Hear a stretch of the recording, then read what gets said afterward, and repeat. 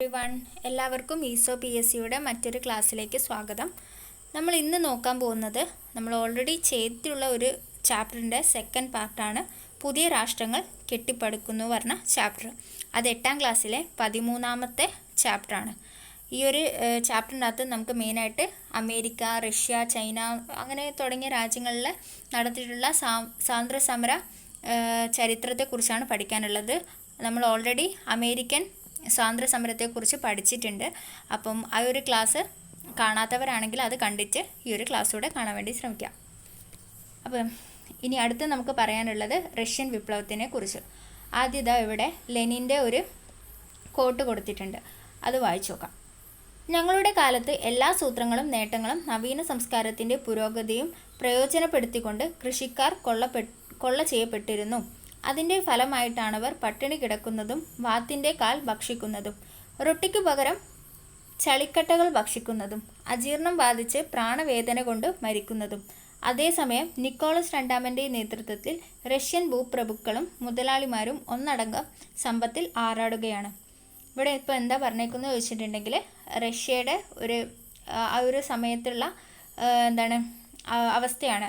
കൃഷിക്കാർ പട്ടിണിയിൽ കിടക്കുമ്പോൾ പ്രഭുക്കന്മാർ, അത്യാവശ്യം സാമ്പത്തികമുള്ളവർ ആ സമ്പത്ത് കൊണ്ട് ആറാടുകയാണ്. അവർ തമ്മിലുള്ള ഒരു അന്തരത്തെക്കുറിച്ചാണ് പറയുന്നത്. മുകളിൽ നൽകിയിരിക്കുന്ന വാക്കുകളിൽ നിന്നും റഷ്യയിലെ കർഷകരുടെയും സാധാരണക്കാരുടെയും ജീവിതത്തെക്കുറിച്ച് എന്തെല്ലാം മനസ്സിലാക്കാം? നമ്മൾ ഈ പറഞ്ഞ പോലെ അവിടെ ഉണ്ടായിരുന്ന ഒരു അസമത്വത്തെക്കുറിച്ചാണ് മനസ്സിലാക്കാൻ പറ്റുന്നത്. ഈ സാഹചര്യങ്ങൾ എങ്ങനെയാണ് റഷ്യൻ ജനതയെ വിപ്ലവത്തിലേക്ക് നയിച്ചത് എന്ന് ചോദിച്ചിട്ടാണ് ചാപ്റ്റർ റഷ്യൻ വിപ്ലവത്തിനെ കുറിച്ച് പറയുന്നത്. റഷ്യയിൽ ഭരണം നടത്തിയിരുന്ന സ്വേച്ഛാധിപതികളായ ഭരണകർത്താക്കൾ സർ ചക്രവർത്തിമാർ എന്ന് അറിയപ്പെട്ടിരുന്നു. അപ്പോൾ സർ ചക്രവർത്തിമാർ എവിടെയുള്ളവരാണ്? റഷ്യയിലേതാണ്. സർ അതിൻ്റെ അകത്തു നിന്നുള്ള റായും വെച്ചിട്ട് നമുക്ക് സർ ചക്രവർത്തിമാർ റഷ്യ എന്നുള്ളതാണെന്ന് ഓർത്തെടുക്കാം. ഉദ്യോഗസ്ഥരെ നിയമിക്കുന്നതിനും പിരിച്ചുവിടുന്നതിനും മാത്രമല്ല, ആരെയും നാട് കടത്തുന്നതിനും തടങ്കലിടുന്നതിനും ചക്രവർത്തിക്ക് അധികാരമുണ്ടായിരുന്നു. അപ്പോൾ ചക്രവർത്തിയുടെ അധികാരത്തെക്കുറിച്ചാണ് പറയുന്നത്. ആരെ നാട് കടത്തുന്നതിനും തടങ്കലിടുന്നതിനും ചക്രവർത്തിക്ക് അധികാരമുണ്ടായിരുന്നു.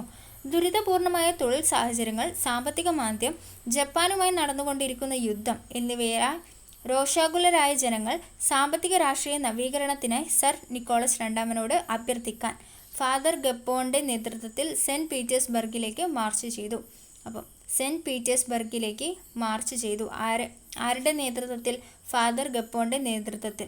എന്തുകൊണ്ടാണ് അങ്ങനെ ചെയ്തതെന്ന് വെച്ചിട്ടുണ്ടെങ്കിൽ അവരനുഭവിക്കുന്ന ദുരിത സാഹചര്യം ഉണ്ടല്ലേ, ഈ യുദ്ധം കാരണവും സാമ്പത്തിക മാന്ദ്യം കാരണമൊക്കെ റഷ്യയിലെ ജനത അനുഭവിക്കുന്ന ദുരിത സാഹചര്യത്തിനെ കുറിച്ച് സർ നിക്കോളസ് രണ്ടാമൻ, അവരുടെ രാജാവാണല്ലേ സർ നിക്കോളസ് രണ്ടാമൻ എന്ന് പറയുന്നത്, അവരോട് അഭ്യർത്ഥിക്കാൻ വേണ്ടിയിട്ടാണ് ഈ ജനത സെൻറ്റ് പീറ്റേഴ്സ്ബർഗിലേക്ക് ഫാദർ ഗപ്പോണിൻ്റെ നേതൃത്വത്തിൽ മാർച്ച് ചെയ്യുന്നത്.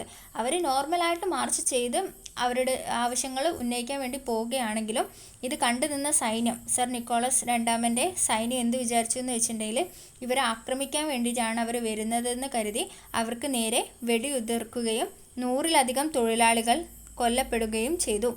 ഈ സംഭവം നടന്നത് 1905 ജനുവരി 22-നാണ്. അതുകൊണ്ട് തന്നെ ഈ ഒരു സംഭവത്തെ അറിയപ്പെടുന്നതാണ് രക്തരൂക്ഷിതമായ ഞായറാഴ്ച. രക്തരൂക്ഷിതമായ ഞായറാഴ്ച എന്നറിയപ്പെടുന്നതാണ് ഈ ഒരു സംഭവം. നടന്നത് 1905 ജനുവരി 22-ന്. അപ്പോൾ ഇതെങ്ങനെ ചോദിക്കുകയെന്ന് ചോദിച്ചിട്ടുണ്ടെങ്കിൽ രക്തരൂക്ഷിതമായ ഞായറാഴ്ച ഏത് വിപ്ലവമായിട്ട് ബന്ധപ്പെട്ടിരിക്കുന്നു ചോദിച്ചിട്ടുണ്ടെങ്കിൽ ബ്ലഡ്ലെസ് അല്ല, അത് ഇംഗ്ലണ്ട് വിപ്ലവമാണ്, മാറിപ്പോയി. ബ്ലഡി സൺഡേ, രക്തരൂക്ഷിതമായ ഞായറാഴ്ച എന്നറിയപ്പെടുന്നത് റഷ്യൻ വിപ്ലവത്തിലാണ് കേട്ടോ. റഷ്യൻ വിപ്ലവത്തിലാണ് ബ്ലഡി സൺഡേ എന്നറിയപ്പെടുന്ന ആ ഒരു വിപ്ലവം നടന്നിട്ടുള്ളത്. ജനരോക്ഷത്തെ തുടർന്ന് ദ്യൂമ എന്ന പാർലമെൻറ്റ് രൂപീകരിക്കാൻ ചക്രവർത്തി സമ്മതിച്ചു. അപ്പോൾ ദ്യൂമ പാർലമെൻറ്റ് എവിടെയുള്ളതാണ്? റഷ്യയിലുള്ളതാണ്. എന്നാൽ ദ്യൂമയിൽ നിർദ്ദേശിച്ച എല്ലാ പരിഷ്കാരങ്ങളും അദ്ദേഹം നിരസിക്കുകയും രാഷ്ട്രീയ സ്വാതന്ത്ര്യത്തെ അടിച്ചമർത്താൻ ശ്രമിക്കുകയും ചെയ്തു. ഇത് ഒരു ദ്യൂമ പാർലമെൻറ്റ് പറഞ്ഞാൽ ശരിക്കും താൽക്കാലികമായിട്ട് നിർമ്മിച്ചതാണ്. ഇത് ശരിക്കും ആര് പാലിച്ചില്ല? നിക്കോളസ് രണ്ടാമൻ പാലിച്ചില്ല. അപ്പം ജനങ്ങൾക്ക് എന്താവും? സ്വാഭാവികമായിട്ടും അതിനോട് എതിർപ്പ് വരൂല്ലേ. ഇങ്ങനെയൊക്കെ ഒരു പാർലമെൻറ്റ് വിളിച്ചു കൂട്ടി ഇത്ര കാര്യങ്ങളൊക്കെ പറഞ്ഞിട്ടും രാജാവ് അത് പാലിച്ചിട്ടില്ലെങ്കിൽ ജനങ്ങൾക്ക് സ്വാഭാവികമായിട്ടും എന്ത് വരും? സർ നിക്കോളസ് രണ്ടാമനെതിരെ അവർ എന്താവും? രോക്ഷം വരും അല്ലേ. റഷ്യൻ സമൂഹത്തിൽ 2 ജനവിഭാഗങ്ങളാണ് ഉണ്ടായിരുന്നത്. തൊഴിലാളികളും കർഷകരും അടങ്ങുന്ന സാധാരണക്കാരായ ജനങ്ങളും പ്രഭുക്കളും, മുതലാളിമാരടങ്ങുന്ന സമ്പന്ന വിഭാഗവും. സാധാരണ ജനങ്ങളായിരുന്നു കർഷകരെയും തൊഴിലാളികളെയും ഭരണകർത്താക്കളെയും സാധാരണ ജനങ്ങളായിരുന്ന കർഷകരെയും തൊഴിലാളികളെയും ഭരണകർത്താക്കളും പ്രഭുക്കന്മാരും അവജ്ഞതയോടെയാണ് കണ്ടിരുന്നത്. കർഷകരുടെയും തൊഴിലാളികളുടെയും ദയനീയ അവസ്ഥ എന്തായിരുന്നു എന്ന് പരിശോധിക്കാം. ആദ്യം നമ്മൾ റഷ്യയിലെ തൊഴിലാളികൾ നേരിട്ട പ്രശ്നങ്ങളാണ് പറയുന്നത്. അവർക്ക് കുറഞ്ഞ വേതനമാണ് കിട്ടിയിട്ടുണ്ടായിരുന്നത്. മോശം ജീവിത സാഹചര്യം. കുറഞ്ഞ വേതനം കിട്ടിയതുകൊണ്ട് തന്നെ അവരുടെ ജീവിത സാഹചര്യം എന്തായിരുന്നു? വളരെ മോശപ്പെട്ടതായിരുന്നു. വർദ്ധിച്ച തൊഴിൽ സമയം, വ്യവസായങ്ങളിൽ വിദേശ മുതലാളിമാരുടെ ആധിപത്യം, ഇതൊക്കെയായിരുന്നു തൊഴിലാളികൾ നേരിട്ട പ്രശ്നങ്ങൾ. അതേസമയത്ത് കർഷകർ നേരിട്ടെന്ന് വെച്ചിട്ടുണ്ടെങ്കിൽ കർഷകർ സാമൂഹികമായും സാമ്പത്തികമായും അടിച്ചമർത്തപ്പെട്ടിരുന്നു. കൃഷിഭൂമിയിൽ അധികവും പ്രഭുക്കന്മാരുടെ കൈകളിലായിരുന്നു. ചെറിയൊരു വിഭാഗം കർഷകർക്ക് മാത്രമാണ് സ്വന്തമായി ഭൂമി ഉണ്ടായിരുന്നത്. കർഷകർ നൽകേണ്ട നികുതി വളരെ കൂടുതലായിരുന്നു. അപ്പോൾ ഇതൊക്കെയാണ് കർഷകരും അവിടെ നേരിട്ട പ്രശ്നങ്ങൾ. വിദേശ മുതലാളിമാരുടെ ആധിപത്യവും ചൂഷണവും കർഷകർക്കും തൊഴിലാളികൾക്കുമിടയിൽ ട്രേഡ് യൂണിയനുകൾ രൂപീകരിക്കുന്നതിന് കാരണമായി. ഇത് അവരിൽ രാഷ്ട്രീയ ബോധം വളരുന്നതിന് ഇടയാക്കി. ഈ പശ്ചാത്തലത്തിലാണ് രാഷ്ട്രീയ പാർട്ടികൾ രൂപീകൃതമാവുന്നത്. അപ്പോൾ റഷ്യയിൽ രൂപം കൊണ്ട രാഷ്ട്രീയ പാർട്ടിയാണ് പറയുന്നത് ഏതാണ്? Social democratic workers party. അതിൽ തന്നെ 2ആയിട്ട് വിഭജിക്കപ്പെട്ടു, ബോൾഷെവിക്കുകളെന്നും മെൻഷെവിക്കുകളെന്നും. വിപ്ലവത്തിന് അനുകൂലമായ സാഹചര്യം സൃഷ്ടിക്കുന്നതിൽ സാഹിത്യകാരന്മാരും വലിയ പങ്ക് വഹിച്ചിരുന്നു. Leo Tolstoy, Turgenev, Maxim Gorky മുതലായവരുടെ രചനകൾ സാധാരണ ജനതയുടെ ശോചനീയ അവസ്ഥ ഹൃദയസ്പർശിയായി ചിത്രീകരിച്ചു. ഇതിൽ നിങ്ങൾ ആ ഒരു ആളുകളെയൊക്കെ ഒന്ന് ഓർത്തിരിക്കുക. Leo Tolstoy, Turgenev, Maxim Gorky. Maxim ഗോർക്കിയുടെ ഒരു പ്രസിദ്ധമായ കൃതിയുണ്ട് അമ്മ.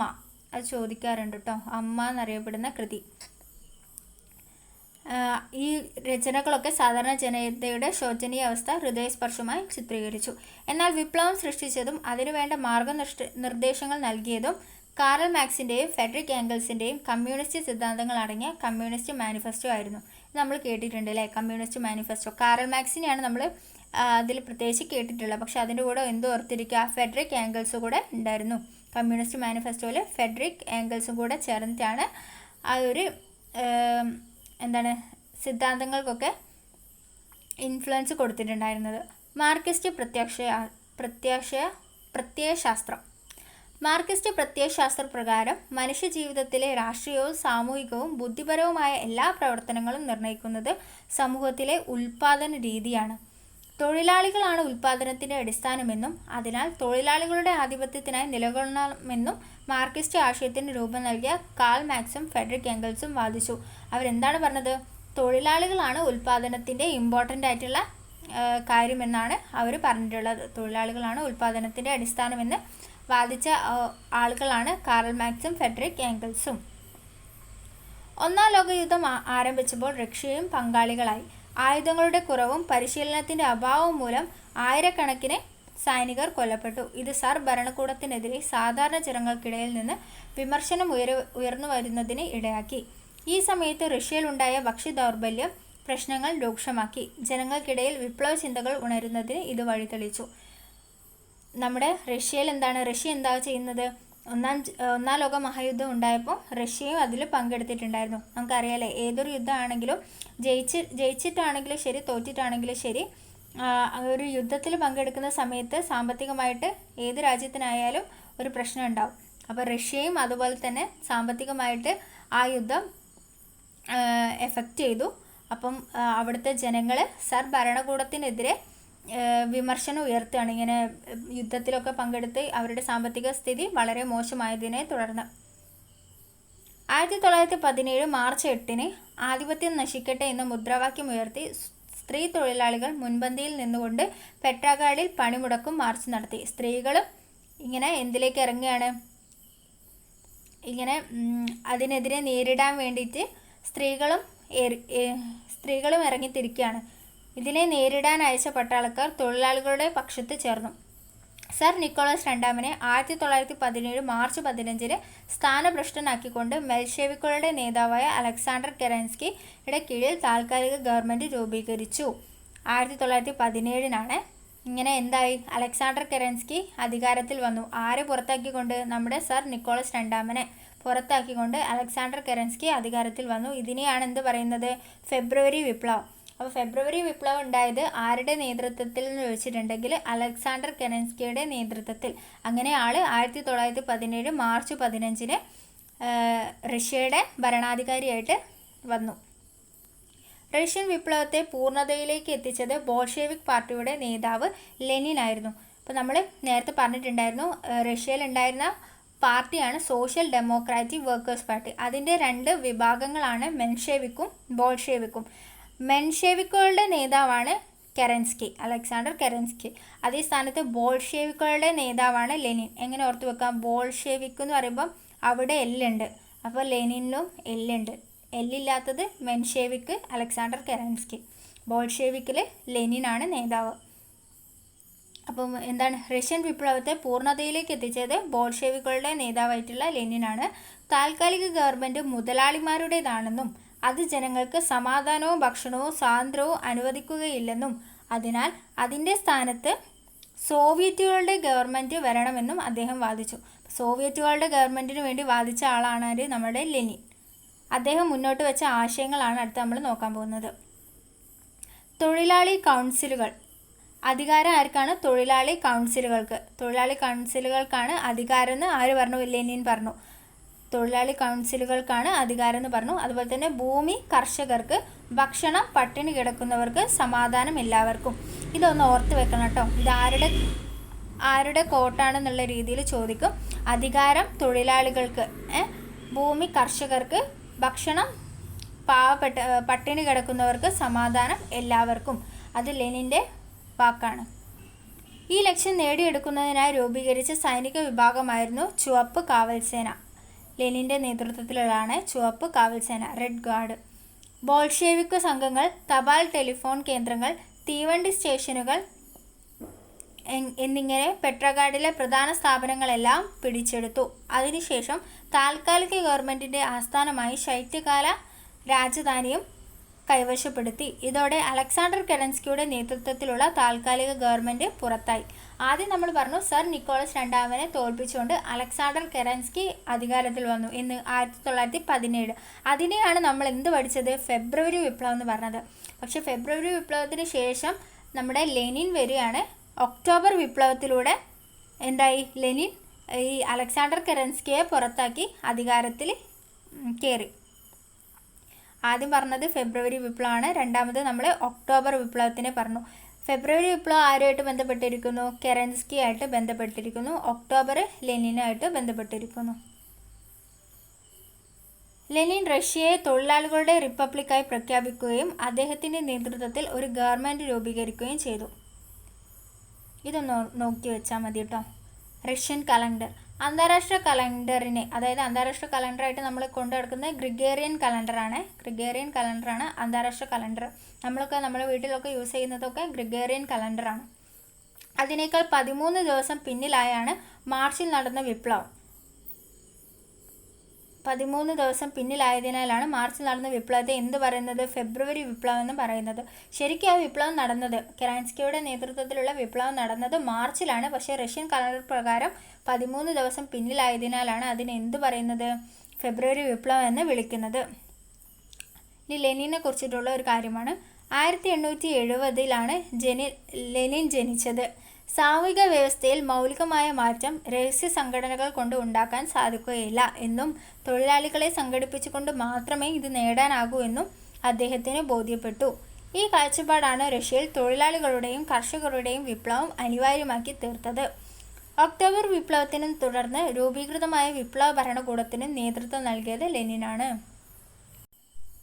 ഇനി നോക്കാൻ പോകുന്നത് വിപ്ലവാനന്തരം ലെനിൻ നടപ്പിലാക്കിയ ഭരണ പരിഷ്കാരങ്ങളെക്കുറിച്ചാണ്. അപ്പോൾ ലെനിൻ അധികാരത്തിൽ വന്നപ്പോൾ എന്തൊക്കെ കാര്യങ്ങൾ ചെയ്തു എന്നുള്ളത്. എല്ലാ സ്വകാര്യ ഭൂമിയും കണ്ടുകെട്ടി അവ കർഷകർക്ക് വിതരണം ചെയ്തു. ഫാക്ടറികളുടെ നിയന്ത്രണം സോവിയറ്റുകളുടെ അല്ലെങ്കിൽ തൊഴിലാളി കമ്മിറ്റികളുടെ കയ്യിൽ ഏൽപ്പിച്ചു. റഷ്യയിലെ പ്രധാന സാമ്പത്തിക മേഖലകൾ ദേശസാൽക്കരിച്ചു. Union of states, socialist republics രൂപീകരിച്ചു. ഒന്നാം ലോക യുദ്ധത്തിൽ നിന്ന് റഷ്യ പൂർണ്ണമായും പിന്മാറി. അപ്പം ജനങ്ങളുടെ ഏറ്റവും വലിയൊരു ഒരാവശ്യമായിരുന്നു ഒന്നാം ലോക മഹായുദ്ധത്തിൽ നിന്ന് റഷ്യ പിന്മാറണം എന്നുള്ളത്. കാരണം ഭക്ഷ്യ ദൗർബല്യമൊക്കെ കൊണ്ടിട്ട്. അപ്പോൾ ലെനിൻ അധികാരത്തിൽ വന്നപ്പോൾ എന്തായി, അവർ പിന്മാറി അല്ലേ, റഷ്യ പിന്മാറി ഒന്നാം ലോക മഹായുദ്ധത്തിൽ നിന്ന്. ബോൾഷെവിക് പാർട്ടികളുടെയും സോവിയറ്റുകളുടെയും സംയുക്ത യോഗത്തിൽ ലെനിൻ അവതരിപ്പിച്ചതാണ് ഏപ്രിൽ തീസിസ്. അപ്പോൾ ഏപ്രിൽ തീസിസ് അവതരിപ്പിച്ച ആരാണ്? ലെനിനാണ്. ബൂർഷ്വാ ജനാധിപത്യത്തിൽ നിന്നും സോഷ്യലിസ്റ്റ് വിപ്ലവത്തിലേക്ക് മാറുന്നതിന് സ്വീകരിക്കേണ്ട പദ്ധതികളാണ് ഇതിൽ വിവരിച്ചിരുന്നത്. തൊഴിലാളികളുടെയും കർഷകരുടെയും കൈകളിലേക്ക് അധികാരം കൈമാറ്റം ചെയ്യേണ്ട അവസ്ഥയാണ് നിലവിലുള്ളതെന്ന് അദ്ദേഹം ഇതിൽ വ്യക്തമാക്കി. അപ്പം ഏപ്രിൽ തീസിസ് ആരതാണെന്ന് ചോദിച്ചിട്ടുണ്ടെങ്കിൽ ലെനിൻ്റെയാണ്. സാമ്പത്തിക മേഖലയിൽ നിരവധി വിപ്ലവകരമായ നടപടികൾ ലെനിൻ സ്വീകരിച്ചു. 1921 ലെനിൻ നടപ്പിലാക്കിയ പരിഷ്കരണമാണ് പുത്തൻ സാമ്പത്തിക നയം. 1921 സ്വകാര്യ വാണിജ്യം, കൃഷി എന്നിവയിലേക്കും സ്വകാര്യ മുതൽ മുടക്കിലേക്കുള്ള ഭാഗികമായ തിരിച്ചുപോക്കായിരുന്നു പുത്തൻ സാമ്പത്തിക നയം. വൻ വ്യവസായങ്ങളെ ട്രസ്റ്റുകളുമായി സംയോജിപ്പിച്ചു. അതേസമയം സഹകരണ മേഖലയിലേക്ക് ഗവൺമെൻറ് പ്രോത്സാഹനം നൽകി. എന്നാൽ മുതലാളിത്തത്തിൻ്റെ പുനരുജ്ജീവനം ഉണ്ടാകാതിരിക്കുന്നതിനായി ഗവൺമെൻറ്റിൻ്റെ കർശന നിയന്ത്രണം ഉണ്ടായിരുന്നു.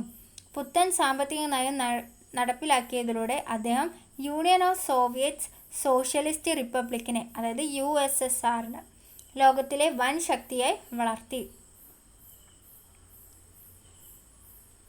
2000 വർഷത്തെ യുദ്ധങ്ങളുടെയും ആക്രമണങ്ങളുടെയും കടുത്ത സമരത്തിൻ്റെയും വേദന പൂണ്ട ചരിത്രത്തിന് ശേഷം ചൈന അവളുടെ സ്വന്തം ജനനത്തിൻ്റെയും സാമൂഹിക അടിസ്ഥാനത്തിൻ്റെയും വൈകല്യങ്ങളെ അതിജീവിക്കുന്ന ലക്ഷണങ്ങൾ കാട്ടിത്തുടങ്ങിയപ്പോൾ മറ്റൊരു ദൗർഭാഗ്യം ആ രാജ്യത്തെ പിടികൂടി.